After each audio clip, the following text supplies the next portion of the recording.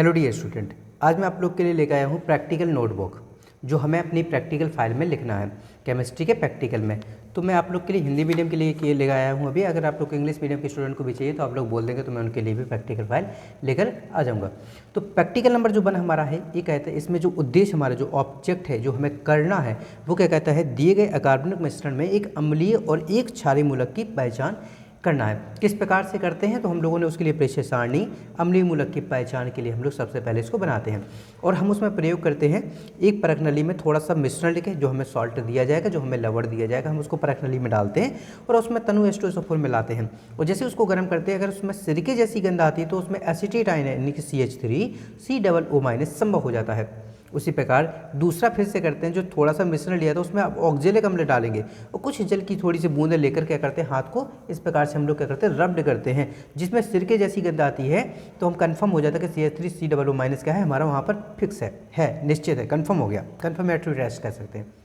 फिर मिश्रण को औसत जल यानी कि शुद्ध वाटर के साथ अगर हम लोग घोल कर मिलाते हैं तो उसमें लाल भूरे रंग की गैस निकलती है। अगर गैस निकली तो कंडीशन में कंफर्म हो जाता है कि CH3COO- क्या है निश्चित है। आप लोग को भी इसी प्रकार से टेबल बनानी है, आप लोग को भी इसी प्रकार से प्रैक्टिकल पूरा लिखना है। फिर हमने अम्लीय मूलक की पहचान करने के बाद बात करते हैं क्षारीय मूलक की पहचान कैसे करेंगे। उसमें क्योंकि जो लवण है हमारा उसमें अम्लीय मूलक भी होगा और उसमें क्षारीय मूलक भी होगा। तो क्षारीय मूलक की पहचान के लिए हम लोगों ने टेबल बनाई है और इस टेबल में प्रयोग, अवलोकन और निष्कर्ष लिखा हुआ है। ठीक है, तो पहले प्रयोग करते हैं हम लोग, लिखते हैं परख नली में थोड़ा सा मिश्रण, ठीक है, कुछ बूंदें तनु NaOH की मिलाकर हम लोग गर्म करते हैं। जैसे गर्म करेंगे अगर अमोनिया जैसी गंध आती है, अमोनिया की गंध आती है, ठीक है, पंजेंट अमोनिया की जो स्मेल होती है वो थोड़ी सी तीक्ष्ण टाइप की होती है, पंजेंट स्मेल होती है, जैसे कि आप लोग को बाथरूम में आती है वो उसी टाइप की स्मेल होती है। तो उससे कंफर्म हो जाता है कि NH4+ जो आयन है वो क्या है, संभव है।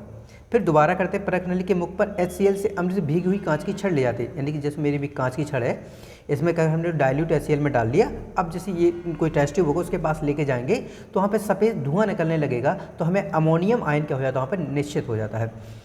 परख नली, तीसरा हमारा एक्सपेरिमेंट कहता है परख नली के मुख पर पानी से भीगी हुई लाल लिटमस पेपर ले जाएं तो उस कंडीशन में लाल लिटमस पेपर कैसा हो जाता है, नीला, क्योंकि जो हमारे क्षार की पहचान होती है वो क्या करता है, लाल लिटमस पेपर को नीला कर देता है।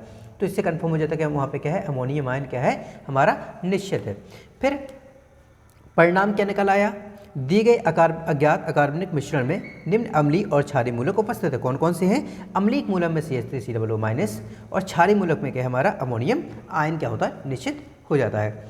तो अगर ये हमारा प्रैक्टिकल नंबर पहला है। आप लोग के लिए ऐसे ही क्या प्रैक्टिकल में दूसरा, तीसरा और बाकी जितने भी प्रैक्टिकल आप लोग को प्रैक्टिकल 5 में लिखना है, मैं वो सारे प्रैक्टिकल आप लोग के लिए लेकर आऊँगा 1 by 1।